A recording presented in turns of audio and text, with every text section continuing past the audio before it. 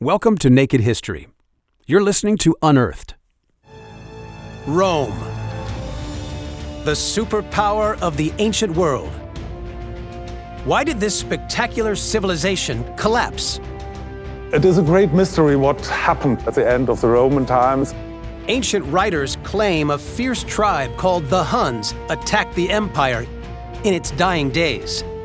But what part did they actually play in bringing it down? The Huns have been associated with horrible violence. They've been made responsible for the fall of the Roman Empire. Now, extraordinary discoveries from one city reveal the devastating events that ripped apart the Roman world, and the true role of its greatest enemy, Attila and the Huns. In our hunt for the Romans' darkest secrets, we will blow apart the remains of Trier, one of their greatest cities. We'll deconstruct their colossal ruins, uncover mysterious burials, and piece together hidden treasure to reveal what finally toppled the mighty Roman Empire. Ancient Rome. The founder of a vast empire that stretched from the shores of the Middle East to the hills of northern Britain. One of its greatest cities was Trier. This frontier metropolis in what is now Germany was once as powerful as Rome itself. Trier was the largest Roman city in Middle Europe with about 80,000 inhabitants. It was a capital and the seat of the Roman emperors.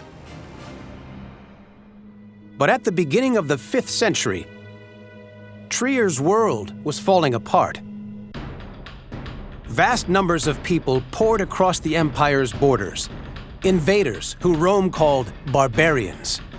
One man's name was feared above all others, a warrior called Attila, leader of a fierce nomadic tribe called the Huns. The Huns have been described as barely human, as more like animals than part of civilized society. Attila's ferocity was legendary.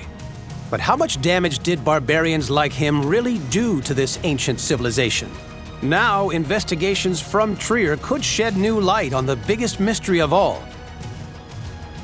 What really brought down the Roman Goliath? Cities like Trier were the empire's first line of defense, designed to keep out barbarian invaders.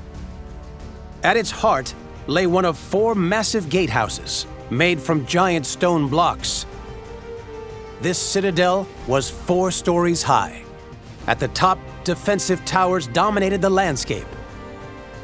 And at either side, a 20-foot-high wall encircled the entire city. Can the fate of this mighty metropolis reveal why Rome's world came crashing down in the age of Attila? Attila invaded the empire in the year 451 AD. Many experts assume that he attacked the city of Trier. But today, historians know very little about his campaign or his people. The Huns really are an archaeological mystery. They're almost invisible. So who were the Huns? And what made them so terrifying? The answer could lie 80 miles from the Roman ruins of Trier, in the ancient forest near the town of Rutzim. Here, an illegal dig uncovered a mysterious treasure trove. Archaeologist Dr. Ulrich Himmelmann thinks it could provide a rare glimpse into Attila's reign of terror. They include leaf-shaped brooches covered with gold and bowls studded with jewels. Hiding among the remaining objects lies a priceless artifact. Silver-plated chains and clasps linked together to form the framework of an exquisite folding silver chair. It's an extraordinary discovery. So who owned this incredible treasure? And could it reveal what Attila and the Huns were really like? Ulrich deciphers this extraordinary find back at his archives. Ich persönlich habe sowas noch nie gesehen. All these objects date to the end of the 300s and the 400s. Their beauty is breathtaking.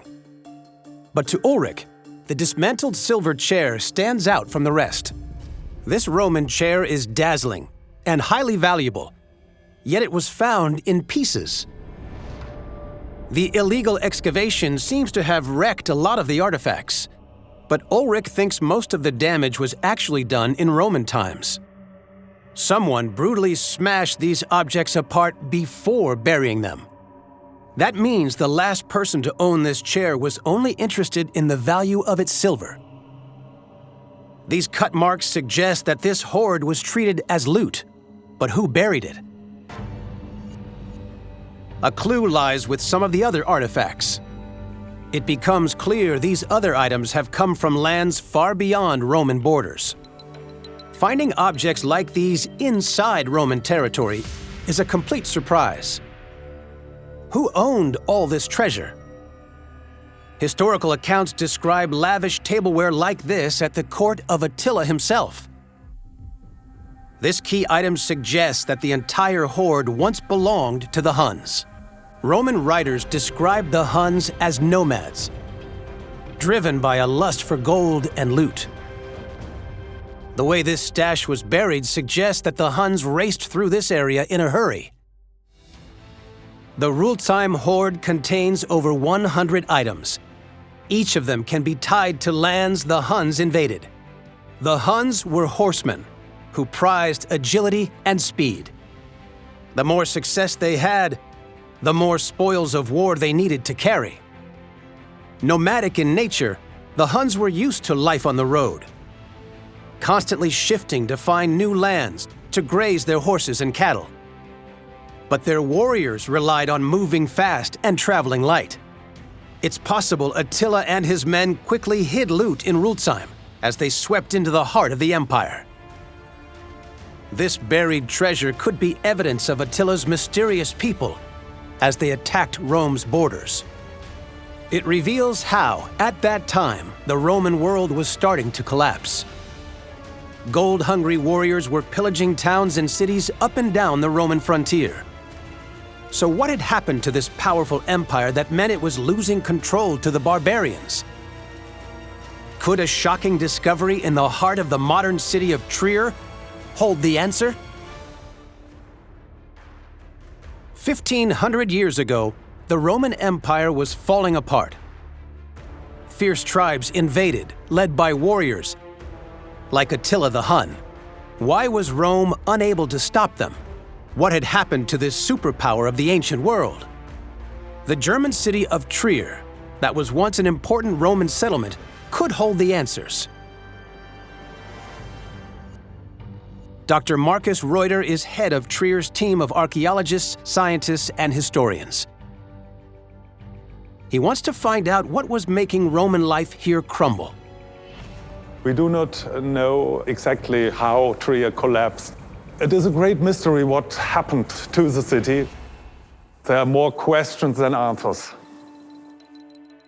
Marcus's team investigates a 10,000 square foot area north of the city, a Roman burial ground. Could it hold a clue to the fate of Trier's last Roman citizens? Hidden beneath the modern city, the dense clay soil is perfect for preserving bones. Digging down more than 10 feet below the surface reveals layer after layer of human remains. Each Roman household buried their dead in a tightly arranged plot, often alongside a selection of coins, pottery, and jewelry. The dead are crammed into a 3D jigsaw puzzle. So how many people were living in Trier when the barbarians attacked? And when did they all die? It's fantastic for me and for my colleagues to work here. Every day we find new objects, new graves and something more. Marcus joins the team on their 12th excavation north of the city wall. Each dig reveals hundreds of bodies.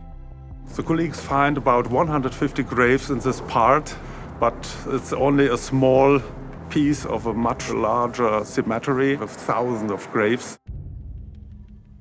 The overall size of the cemetery is staggering. Marcus discovers that Trier, in its Roman heyday, was a crowded metropolis. But in the 500s, after the age of Attila, it was a shadow of its former self. In Roman times, there were about 80,000 inhabitants in Trier, But in medieval times, there were only about 5,000 inhabitants. So was a series of bloody attacks responsible for this dramatic decline? Or was something else behind the fall in the city's fortunes? Trier thrived for over 400 years, sitting near the frontier of the Roman Empire. It bordered lands occupied by fierce barbarian tribes. Ancient historians say that Rome and Trier suffered assaults from these barbarians, time and time again. One of the most devastating attacks in this area was in 451 AD, when Attila's Huns rampaged across Europe. But is the decrease in population really related to repeated invasions by hostile tribes? To find out, Marcus needs to work out exactly when the population fell, and if it corresponds with the time of the invasion. The burial plots are incredibly dense. This makes it difficult to know which bones belong to which century. The key to dating these remains is not the bodies themselves, but all the items buried with them. The team uses the grave goods to date each burial. This helps them build up an image of how many people died in each century. It's a great problem to deal with the enormous finds.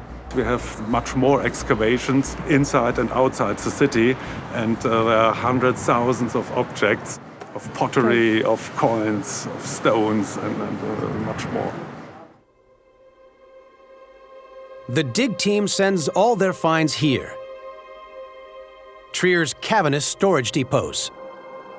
Every single item, human remains or grave goods, is categorized and boxed up, ready for further analysis. All these boxes come from one excavation last year. It was a small area, but we found over 350 Roman graves. Sifting through the finds is a mammoth task, but Marcus makes an incredible discovery. Trier's population seemed to simply disappear about 100 years before Attila was even born. Most of them are dating in the 1st and the 2nd century AD. Some of them are dating in the 3rd century AD. So where are the 4th and 5th century people? We don't know. It's a great mystery, and we're still looking for these people.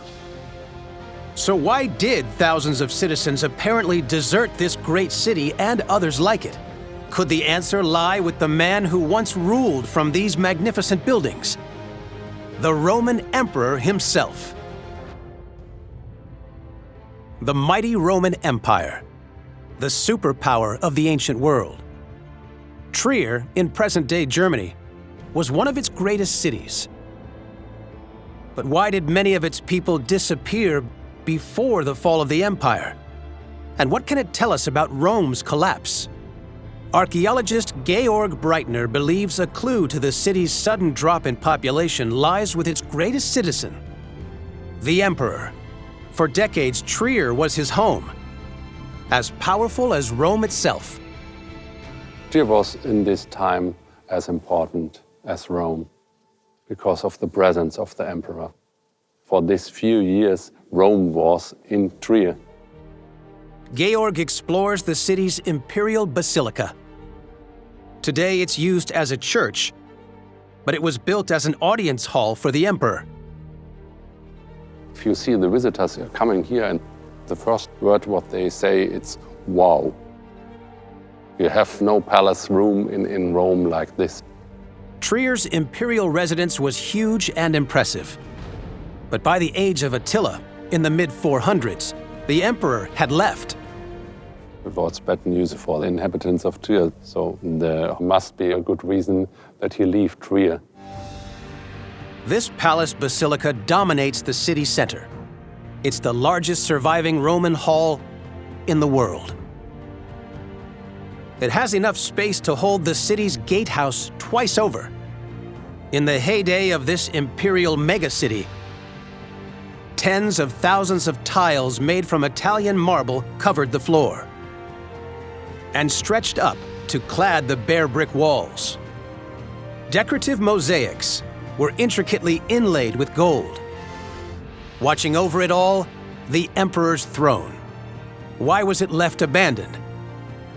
And could the answer explain Trier's plummeting population?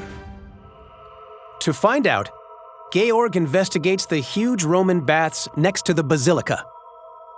He thinks changes made to this building could reveal how the whole city, and even the empire, were transforming in the final years of Roman rule. You can say public baths are the heart of Roman life. It's a real center of a Roman city. Trier's Kaiserthermen, the Imperial baths, were among the largest in Europe. This huge complex covered more than 250,000 square feet. To build the rooms, the infrastructure, the heating systems, the basins, the water supply. It's the most complicated building in Roman times, a bath. This enormous labyrinth of underground heating tunnels was at the cutting edge of Roman engineering. It's very complicated to heat these huge rooms. You need a heating system with a lot of tunnels under the floor. But there's a mystery. These heating tunnels don't seem to have ever been used. What is very strange for especially this tunnel, you can see he's absolutely clean. There are no black traces on the wall. That means the heating system were never in use. It means the building was never finished. The Romans were famous for their huge civil engineering projects. Why would they abandon the construction of one of the greatest public bathhouses the empire had ever seen? Could this tell Georg why people were leaving this Roman capital? It's very strange that this big investment, it's not finished. We have to find out what the baths turned into after the construction. Georg needs to get to higher ground to understand what happened here. With a bird's eye view, he can map out how the original floor plan was chopped up at a later date. If you see in the whole complex, you see these big, huge walls, and beside there are little stripes of walls from the second phase. Rough brick partitions cut through the grand masonry of the bath chambers. The altered floor plan looks just like the structures elsewhere that were built for soldiers. Georg thinks he's worked out what happened. The Imperial baths ended up being used by the army. If the archaeological evidence is right, these are barracks, and it would be the place of the Imperial Guard.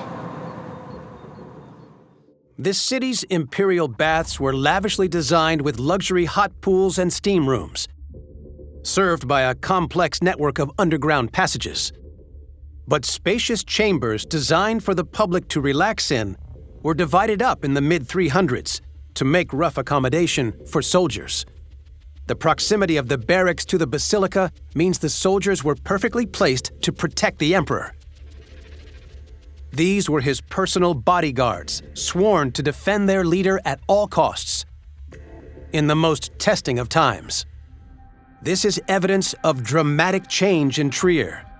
As more Roman troops moved in to combat the threat of barbarian invasion, peacetime luxuries like bathhouses were scrapped. Life in Trier was getting too hot for the emperor to handle. A special part of the military are sitting here and protect the emperor. There must be pressure from the borderline that they change such an important building of a bath to a barrack. Even with a garrison of soldiers next to the basilica, Trier wasn't considered a safe place for emperors in the 400s. Upheaval all along the fringes of the empire forced the emperor and his heirs to move closer to the Mediterranean. This might explain why so many people drifted away from Rome's cities. But with no Roman emperor residing in Trier, who was left in charge when Attila and the Huns really did ride through these lands 50 years later? Were they even Roman? A gruesome discovery in the heart of the city could hold the answer. At the start of the 5th century, Rome's borders lay exposed. The emperor had left, and so had his best troops. Key cities like Trier were forced to fend for themselves in the age of Attila. So who took charge of this once important Roman metropolis? A gruesome discovery right under the city streets could reveal who was here when Attila attacked the empire. In the grounds of Trier's hospital, archaeologists have unearthed two male skeletons lying side by side. Around them, large nails arranged in a rectangle, the remnants of an oversized coffin. Carbon dating places the bones between the 4th and 5th centuries, when the Huns were starting to spread out from Eastern Europe. Closer inspection reveals damage to the vertebrae in their necks. These skeletons are among the precious few found in Trier from this time. Were these people still Roman? Wolf Rudiger Tegen is one of the region's top specialists in ancient bones. He tries to build up a picture of who was still living in cities like Trier during the empire's dying days. The burials from the 5th century are quite rare. Wolf examines the men's skeletons for clues. The first question to answer is how they died. Intriguingly, both have the same horrific injury. We can easily observe that the skull of one individual is not in connection with the cervical vertebra. We have a very nice clean cut through the vertebra, which shows that the individual was beheaded. The cut went completely through and finished only in the left part of the jaw. This is indicative that the cut was carried out with great force. Why did these men die such brutal deaths? Wolf pieces together the rest of their skeletons to hunt for clues. If we have a victim of a battle, we would expect cuts to the skull or the presence of arrowheads inside the body. But we have no indications for either of these. The traces we have found here are much more likely that they were the result of an execution. Capital punishment was relatively common in Roman times, but finding these bodies in a coffin was highly unusual. I don't know any directly comparable case, because due to Roman law, every executed individual has lost their right for burial. In Roman cities, criminals didn't usually get the luxury of a funeral. But for Wolf, the biggest surprise of all is not how, but where they were buried. This tiny black rectangle is where the double burial was discovered. All this area here was inside the city walls. The skeletons were found east of the Mosel River, unearthed during the construction of a new hospital building. The grave, when plotted on an ancient map of Trier, reveals the double coffin was buried in the heart of the city. The grave site is highly unusual because burials inside these city walls were strictly prohibited. The same rule applied across the entire Roman Empire. Almost the only exception made was for emperors themselves. Why these two people were buried inside the city of Trier, we cannot say. By the 400s, it seems most of Trier's population had deserted. If the people left behind were ignoring this most Roman of rules, it means that the city was behaving less and less like part of the empire. Trier was crumbling long before Attila was on the scene. But 400 years of Roman rule had left cities like this with massive fortifications.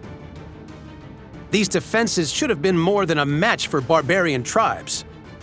Why were these walls no longer enough to protect the citizens of the empire?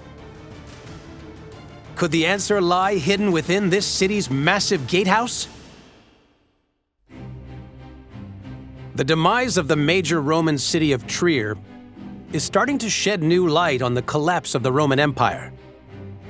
By the 5th century, This mighty metropolis in Germany was no longer a base for emperors. Most citizens had left. Yet its impressive defenses remained standing. Why weren't they enough to protect what was once a capital of the Roman world? Ulrika Wolf-Wright is investigating the city's giant gatehouse, the Porta Nigra. Really is one of the best preserved Roman gates we know from the whole world, and we have it here in Trier. This monumental gatehouse dates back to 170 AD. It was already 200 years old by the time the Huns appeared. Why couldn't it guarantee the safety of Trier's nervous citizens? Built from over 7,000 giant stone slabs, the Porta Nigra is a masterpiece of Roman design. These huge stones can weigh up to 6 tons. The blocks are connected by giant cast iron staples and sealed with a plug of molten lead. These mighty stone walls form a formidable barrier, rising up to almost 100 feet. This entire structure weighs in at over 10,000 tons. But do these impressive defenses have a hidden weakness? Porta Nigra means Black Gate. It gets its name from the dark crust that has built up on the sandstone over the centuries. The lumps and bumps on the surface of the gatehouse look like natural weathering to the untrained eye. But Ulrika spots strange angled markings. You look at this capital, you can see how they started to carve it to make the decoration, and then for what reason they let it like this. The Porta Nigra never received its finishing touches. But was it structurally complete and ready for action? Ulrika investigates the huge archways. She makes a shocking find. The round hole was meant to insert the frame for the big doors. You can see the surface of the stones never carved.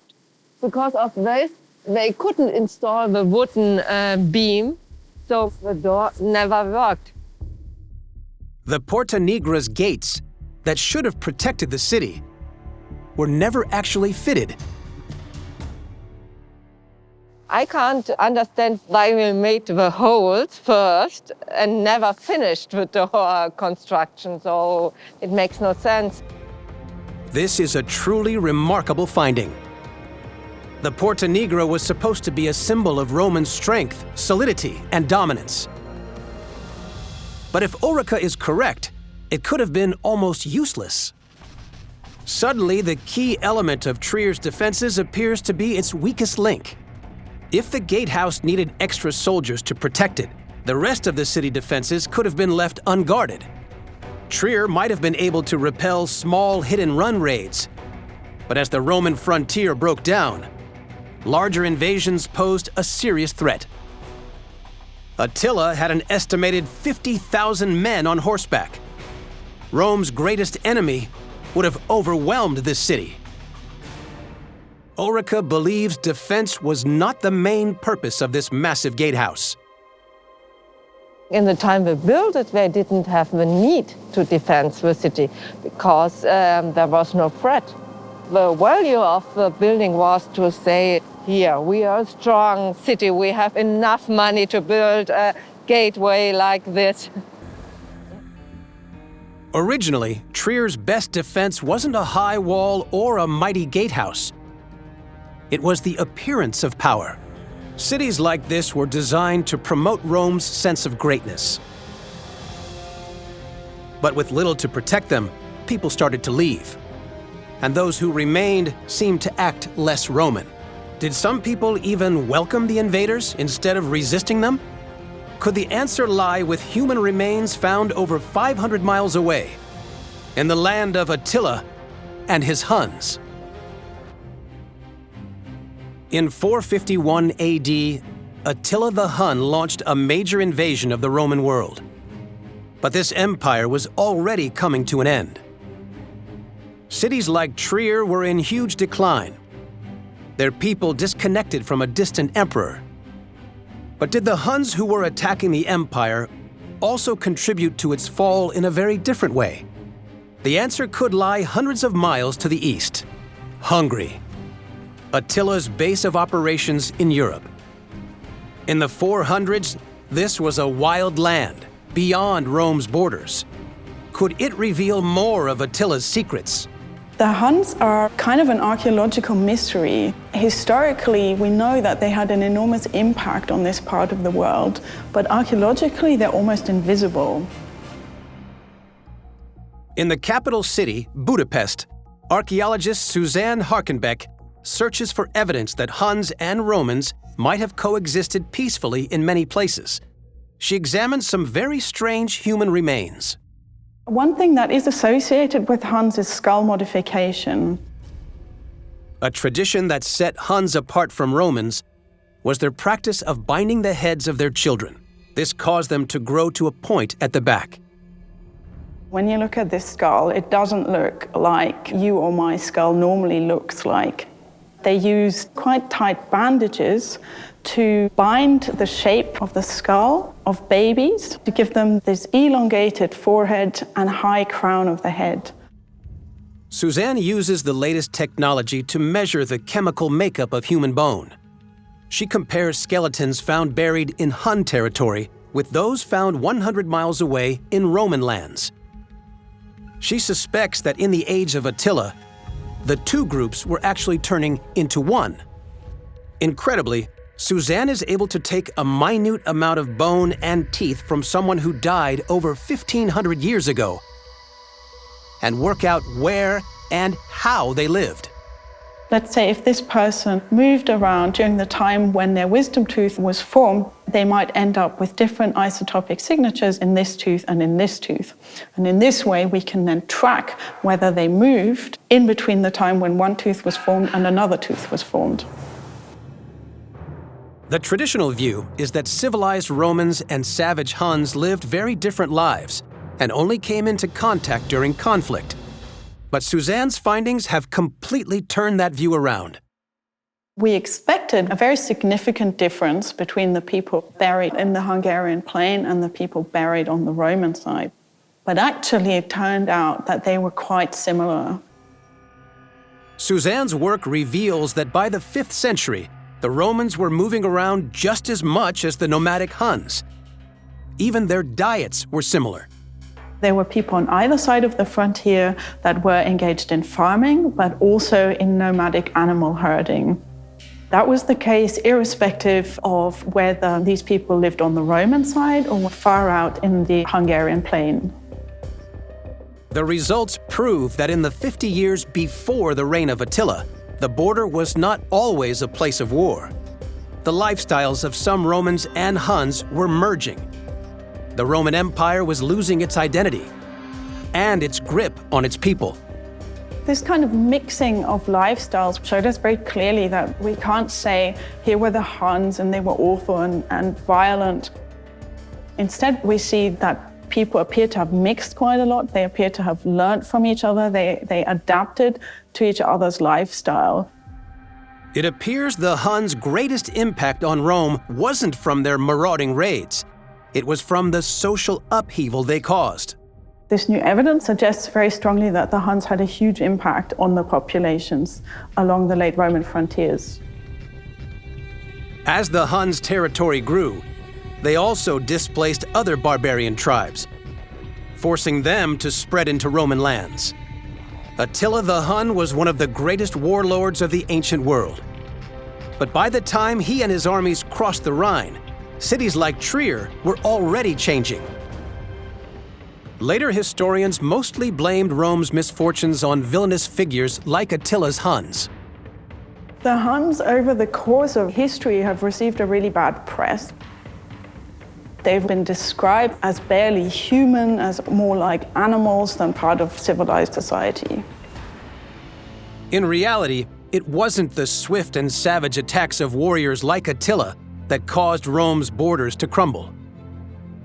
It was the blurring of the distinction between Roman and barbarian. All along the late Roman frontier, the cities lost their connections to the Mediterranean core of the empire. They had to depend upon themselves and had to be much more self-reliant. So when we think of the end of the Roman Empire, we shouldn't think of it as a sudden shuddering end, but rather it seemed that there was a kind of gradual wearing down of the frontiers, a gradual change of lifestyle along the frontiers. The true story of the Roman Empire's final days is becoming clear. For the 5th century, we know that there was a mixture of population. Slowly, people moved to other towns or to other regions. The fate of Trier was a story repeated all along the frontier. In every province, you can see how people changed. So Trier is really the symbol of what happened in the whole Roman Empire. Trier had been a wealthy metropolis, the greatest Roman city north of the Alps. But as the frontier moved closer, the lavish palace no longer had an emperor, and its thriving population rapidly dropped. Trier was never built for war. It was always a symbol of Roman power. Even its mighty Roman gatehouse, still standing after 2,000 years, was left open from the start. When the great Attila the Hun swept past Trier, the city that was once the center of an empire had already surrendered its position as Rome of the North. Naked History is brought to you by Element 18. If you enjoyed this podcast, please leave us a comment below and subscribe to our channel for new videos every week.